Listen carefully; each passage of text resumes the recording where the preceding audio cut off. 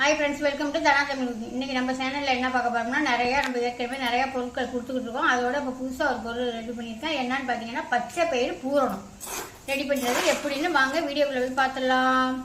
பச்சை பயிறு பூரணம் செய்ய போகிறேன்னு சொன்னால அதுக்கு தான் இப்போ பச்சை பயிறு வறுத்துக்கிட்டு இருக்கேன். நல்லா செவக்க வறுத்துக்கிட்டு அப்புறம் உடச்சிக்கிட்டு நான் காமிக்கிறேன்.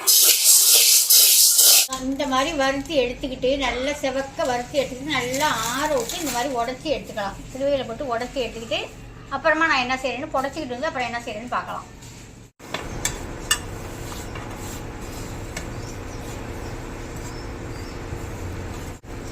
இது வந்து இப்போ எவ்வளோத்துக்குன்னா நான் நிறையா செஞ்சுருக்கேன். இப்போ உங்களுக்கு கரெக்டான அளவு சொல்லணும்னு நம்ம ஒரு 1/2 கிலோ பச்சை பயிருக்கு தான் 1/2 கிலோ பச்சை பயிருக்கு ஒரு தேங்காய் எடுத்துருக்கேன். ஒரு தேங்காய்னா நல்லா பெரிய தேங்காயாக எடுத்துருக்கேன்.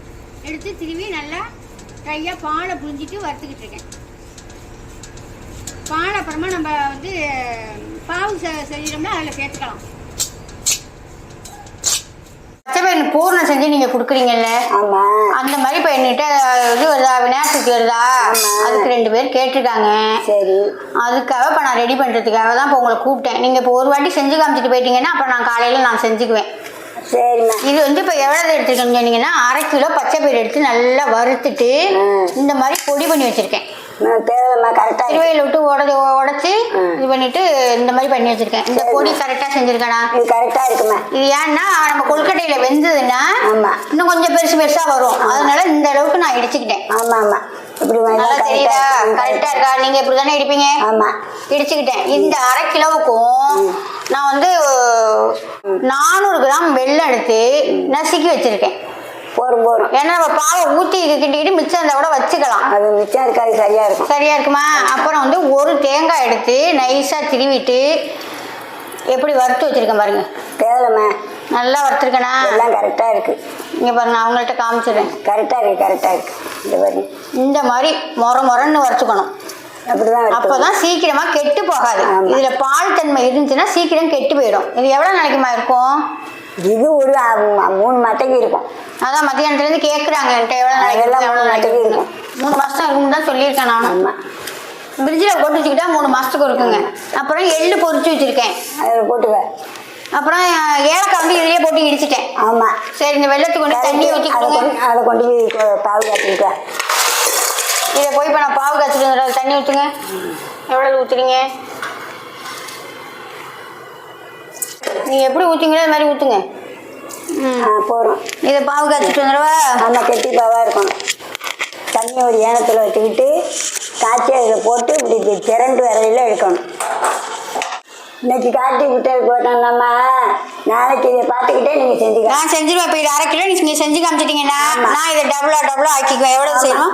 நான் ஒரு 5 கிலோ பயிர் வாங்கி வந்து மறுபடியும் வறுத்து வச்சுருக்கேன். அதுக்கு நான் எவ்வளோ ஜாமான் சேர்க்கணுமோ சேர்த்து நான் காலையில் செஞ்சுக்கிறேன். நான் பாவு நிறுத்திக்கிட்டு இது பண்ணிட்டு வந்துடுறேன். ஒரே பிரியா கிண்ட முடியாது, 2 நடை 3 நடையா கிண்டுவீங்க. அப்படியா? ஆமாம். ஆமாம் ஆமாம், ஒரு நடையா கிண்ட முடியாது, உங்களுக்கு கட்டி விழுந்துடும். அப்போ எவ்வளோ கிண்டலாம்? நல்ல வேலை. வறுத்து உடச்சி கொஞ்சம் ஒரு 2 படியாக போட்டு வறுத்து கிண்டிங்க. 2 படியாக உடச்ச பயிர் 2 படி போட்டு 2 படிக்கு எவ்வளோ வெல்லம் போடுறீங்க? இதை கணக்கு பண்ணிக்கணும். ஆமாம், சரி. காட்டிக்கிட்டு வரட்டும். இதை போடுறதையெல்லாம் போட்டுருவோம். தேங்காய், எள்ளு, பச்சை பயிறு வறுத்து உடச்சி வச்சுருந்தது எல்லாமும் போட்டு ஒன்றா மிக்ஸ் பண்ணி இந்த மாதிரி கிளறி வச்சுருக்கேன் பாருங்க. இதில் பாவை ஊற்றி கிண்டிக்க வேண்டியது தான். கொஞ்சமாக உப்பு போட்டுக்கணுமா வச்சு? கொஞ்சோண்டு சால்ட் உப்பு. சரி சரி. பாவை எடுத்துகிட்டு வந்தோன்னே கிண்ட வேண்டியதுதான். ஆமாம், சரி. பாவை எடுத்துகிட்டு வந்தோன்னே காமிப்போமா? ஆமாம் ஆமாம், பாவு வரட்டும். சரி, பார்த்துங்க. நல்லா பாவு பதம் நீங்கள் செய்கிறீங்க, செஞ்சுக்கலாம்ல, அதுக்காக தான். இந்த பாருங்க, பாவு பதம் இதுதான். பாவு பதம் கரெக்டாக இருக்க? போதுமாம்மா? போதும் போதும். இறங்கிட்டா? இப்போ எல்லா ஜாமானுமே இதில் போட்டிங்கல்ல? எல்லாம் போட்டேன். ஊற்றி தட்டேன், ஊற்றி விட்டு எல்லாத்தையும் ஊற்றி விட்டு கரண்டி வாங்க நல்லா கிண்டி நல்லா ஆற்றுவேன். எல்லாத்தையும் பாவு எல்லாத்தையுமே ஊற்றிட்டேன். ஊற்றி நல்லா பறக்க கிண்டி விடணும். இல்லைன்னா கட்டி கொடுத்து போயிடுங்க அது. ஆமாம், கட்டி விடணும். இது மால்டு கிண்டல் மாதிரியே இருக்கு இதுதான். ஆமா மால்டு மாதிரி தான் இருக்கு. கையோட ஏனமும் பாத்திரமும் இந்த மாதிரி பெருசா வச்சுக்கணும். பொல பொலன்னு விட்டா இன்னமே நல்லா பொல பொலன்னு நல்லா கட்டி எல்லாத்தையும் உடச்சி விட்டு. ஆமா இப்படி உடப்பேன். இது வாங்கிக்கொண்டு இப்படி உடைக்கணும். இப்படி உடைக்கணும். புரியுதா? வந்துமா செய்யறாங்கன்னு இப்போ வாங்கி வச்சுக்கிட்டு இன்னொரு 10 நாள் செஞ்சு செய்யறாங்கன்னு வச்சுக்கேன். அப்ப அப்படியே அடி வச்சு செய்யலாமா? அப்படியே போய் செய்யலாம். நம்ம சிலிண்டரு கம்மியாக இருக்கணும் அப்படின்னு சொன்னால் சட்னி வேவுங்கிறதுக்கு தான் கொஞ்சோண்டு தேவைப்படுறது பூர்ண தள்ளி போட்டு தண்ணி நோட்டு தண்ணி தனியா சுடு தண்ணியா எந்த தண்ணியாக இருந்தாலும் ஊற்றிக்கலாம். சுடு தண்ணியும் ஊற்றிக்கலாம். ஆமாம் ஊற்றி நல்லா கிளறி விட்டுட்டு அமுக்கி வச்சிருந்து கொஞ்சோண்டு கொழுக்கட்டைக்குள்ள அள்ளி வச்சு செஞ்சீங்கன்னா ரொம்ப தோப்பங்கள்லாம் ஊற்றிருங்க. இப்போ சும்மா லைட்டாக ஆமாம் மாவிளக்கு மாவு ஒரு அரை மணி நேரம் ஊற வச்சுட்டு அந்த பூர்ணத்து கொழுக்கட்டைக்குள்ள அள்ளி வச்சு செஞ்சீங்கன்னா நல்லா சாப்பிட்டா பஞ்சு மாதிரி நல்லா இருக்கும். உடம்புக்கு நல்லா ஹெல்த்தியாக நல்லா இருக்கும். சூப்பராக இருக்கும். செஞ்சாலும் 3 மாதத்துக்கு வச்சுக்கலாங்கிறாங்க. 3 மாதத்துக்கு வச்சுக்கலாம். எங்க இப்போ இருக்கிற பிள்ளைங்க வச்சுக்க போகுது பூர்ணமாக செஞ்சுட்டு போயிடுவோம் பிள்ளைவா. இங்கே பாருங்க கிட்ட காமிக்கலாம் பாருங்க பழந்து எப்படி இருக்குன்னு கேட்டிருந்தீங்கல்ல. சில பேர் கேட்டிருந்தீங்க எப்படி இருக்கும் அப்படின்னு. ட்ரையாக இருக்குமா வெள்ளைப்பா ஊற்றினா தொடர்ந்துல இருக்கும் அப்படின்னு மத்தியானம் கேட்டிருந்தீங்க. பார்த்துங்க எப்படி இருக்குன்னு. இவ்வளவுதான் போடுறோம். இப்போ இன்னைக்கு செஞ்சு கொடுத்துட்டு போயிட்டாங்களா? நல்ல வேலை இன்னைக்கு வெள்ளைன்னா நான் 5 கிலோ பயிர் உடச்சி வச்சிருக்கேன். அதை கொட்டி நாளைக்கு 5 கிலோவும் கொட்டி கிளறி விட்டுருக்கேன். கிண்டவே முடியாது. 2 படி போடுங்க. அதுக்கு 1.5 கிலோ வெல்லம் போடுங்க. காய்ச்சி இது மாதிரி கிண்டிக்கிட்டே இருக்கணும்.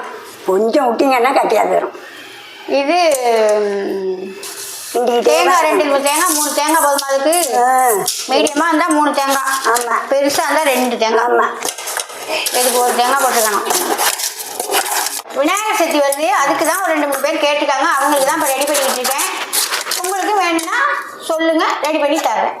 இது கிண்டி காமிக்க கூட்டாவோ அந்த கிண்டிக்கிட்டு இருக்கேன்.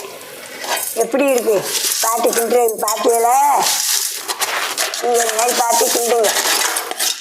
செஞ்சது மாதிரியே நீங்கள் பார்த்து செஞ்சுக்கிட்டீங்க செஞ்சுக்கலாம்.